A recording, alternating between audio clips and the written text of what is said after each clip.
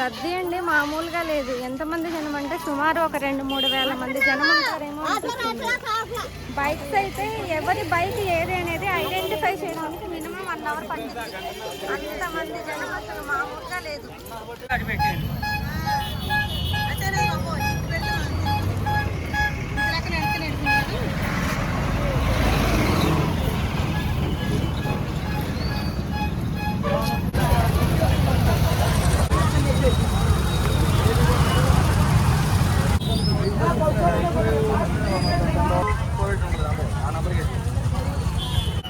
ఈ టెంపుల్ ఇంత ఫేమస్ అనే విషయం అసలు ఇప్పటివరకు మాకు తెలీదు.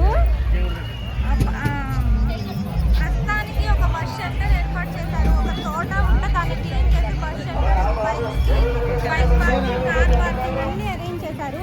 మేము చూస్తుండగానే దాదాపు 10 బస్సుల వరకు ఇప్పుడు వెళ్ళిపోయాయి. ఇంకొక 4-5 బస్సులు ఇక్కడ ఉన్నాయి. జనం ఎలా ఉన్నారంటే ఒక మనిషి తప్పిపోతే కనుక్కోవడానికి కూడా 1 or 2 days పడుతుందేమో అనిపిస్తుంది. చిన్న పిల్లలు ఉన్న వాళ్ళు చాలా జాగ్రత్తగా ఉండాలి. అసలు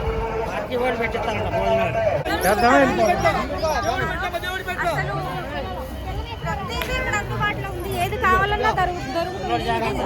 ఇది తీసుకోవాలని ఏం లేదు. ఏది కావాలన్నా దొరుకుతుంది.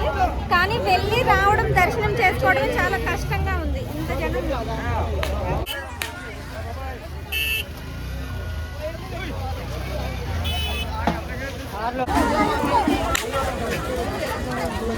చెరుకు గడలు చాలా ఫేమస్ అంట. ఈ శివరాత్రికి ఇక్కడికి వచ్చిన ప్రతి ఒక్కళ్ళు కొంచెం ఒక గెడకు సరిపడా చెరుకైనా తీసుకొని వెళ్తారు. ప్రతి చోట ఎందుకంటే దాదాపు ఒక్కొక్క చోట 200-300 గెడలు పెట్టి అమ్ముతున్నారు. ఒక గెడ ఇంత ప్రైజ్ అని చెప్పి. ఇక్కడ మెడికల్ క్యాంప్ కూడా అరేంజ్ చేశారు. మెడికల్ ఎమర్జెన్సీ అయినా అందుబాటులో ఉంది.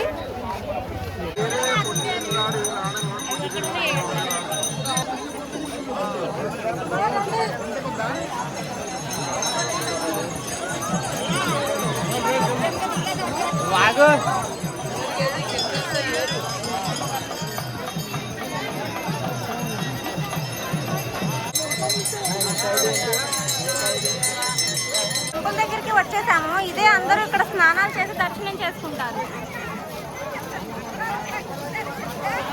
ఇదేనండి ఇక్కడ స్నానాలు చేసే కొలను. 2,000 కాదండి, దాదాపుగా 7-8 మంది జనం ఉన్నారు. ఈ బ్రిడ్జికి అటువైపు ఉంది, కనుక మేర ఎంత ప్లేస్ అయితే ఉందో అంత ప్లేస్ ఇక్కడ ఇలా బారుగా సాగుతూనే ఉంది.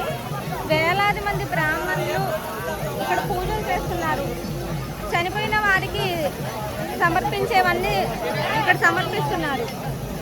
వాళ్ళ పెద్దలను కలుసుకుంటూ చేసే పూజలన్నీ ఇక్కడ చేస్తున్నారు. ఇది చాలా ఫేమస్ అంటండి ఆంధ్రప్రదేశ్లో. చాలా ఫేమస్ టెంపుల్ అంట. ఇంకా మనం టెంపుల్ లోపలికి కూడా వెళ్ళలేదు. స్నానాలు